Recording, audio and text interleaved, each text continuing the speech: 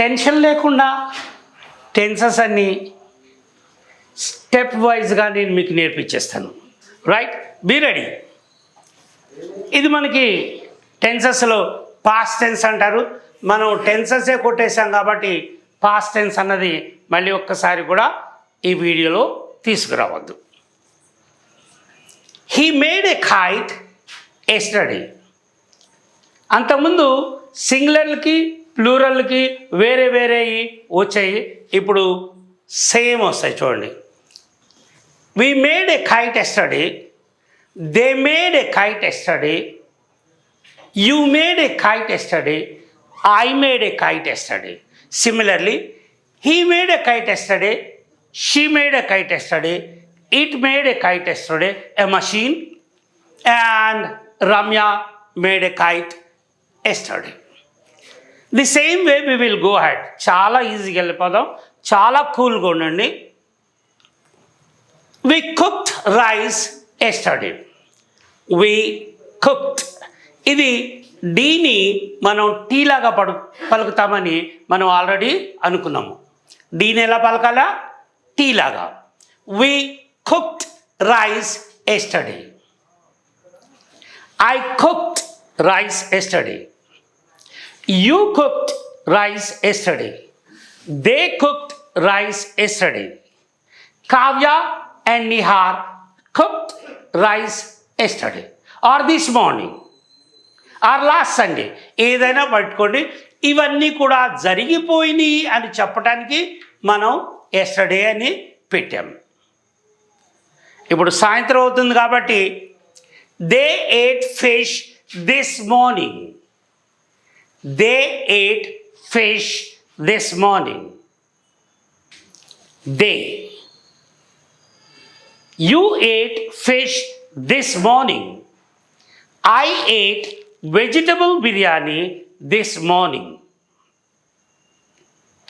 We ate puri this morning. So let us see again. I played chess. We played chess. You played chess. They played chess. Kavya and Nihar played chess. ఈ past tense చాలా ఈజీగా ఉంది, ఎందుకంటే దీంట్లో ఏమీ పెద్ద మార్పులు చేయట్లేదు. ఒకటి మాత్రం గుర్తుంచుకోండి, దీంట్లో వాజులు ఈజులు లేవు.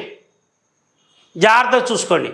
వాజ్ కానీ, వర్ కానీ, హ్యాస్ కానీ, హ్యావ్ కానీ, హ్యాడ్ కానీ, ఈజ్ కానీ, ఆర్ కానీ ఏమీ లేవు. కాబట్టి అసలు ఇది తీసేస్తే హీ మేడ్ ఏ కైట్, చాలా ఈజీగా అయిపోయింది. హీ మేడ్ ఏ కైట్ అయిపోయింది. సో పాస్ట్ టెన్స్ అన్నిటికంటే చాలా ఈజీగా ఉంటుంది. Let us go to the last one. Kavya and Nihar sang a song an hour ago. An hour ago. మనం ఆల్రెడీ అంతకుముందు డిస్కస్ చేసాము.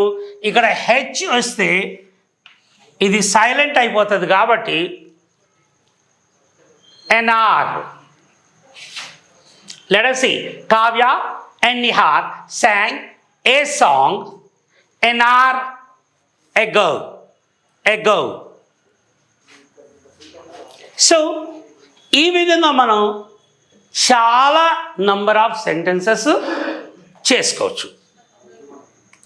ఇవి జరిగిపోయిన వాటన్నిటి గురించి మనం చెప్పుకుంటాము. మీరు ఎటువంటి పనులు తీసుకున్నా ఇవి sang, played, ate, cooked, made, sang ఇవి ఏవి తీసుకున్నా కూడా మనం he, she, ate, రమ్య నాలుగుతో తీసేసుకోవచ్చు. అదేవిధంగా ప్లూరల్ అనేటప్పటికి I, we, you, they, Kavya and Nihar. ఇదంతా మీకు గ్రామర్ అని చెప్తారు. ఇది భాష. ఇది భాషని భాషలాగా నేర్చుకుంటే చాలా ఈజీగా మీ పిల్లలు మీరు అద్భుతంగా చేసి మాట్లాడుకోవచ్చు. ఇంకొక చిన్న సబ్మిషన్ తీసుకొస్తాను. ఈ యొక్క టీచింగ్స్ నేను చెప్పేవి ఒకసారి చెప్తే వచ్చేసేవి కావు. అంటే సపోజ్ నేను చెప్పాను, I was on board INS Vikrant for little more than 4.5 years. So swimming అంటే చేతులు పైనుంచి కిందకి నీళ్ళని నెట్టడం, సైకిల్ లాగా కాళ్ళని తొక్కితే మనకి ఈత వచ్చేసినట్టే. మరి ఇట్లా చెప్పి 10 సార్లు విని మనం ప్రాక్టీస్ చేయకుండా నీళ్ళలో దూకితే ఖచ్చితంగా చచ్చిపోతాం. ఈ ఇంగ్లీష్ రాకపోవటానికి కూడా మెయిన్ కాజ్ ఏంటంటే కథలు విన్నట్టు వింటున్నారు, దాన్ని ప్రాక్టీస్ చేయట్లేదు. 1కి 100 సార్లు ప్రాక్టీస్ చేయండి, మీకు ఇది ఇంగ్లీష్ ఈజీగా మాట్లాడటం వస్తుంది. ప్రాక్టీస్ చేయకపోతే ఎన్ని వీడియోలు చూసినా కూడా వచ్చే అవకాశం లేదు. Thank you.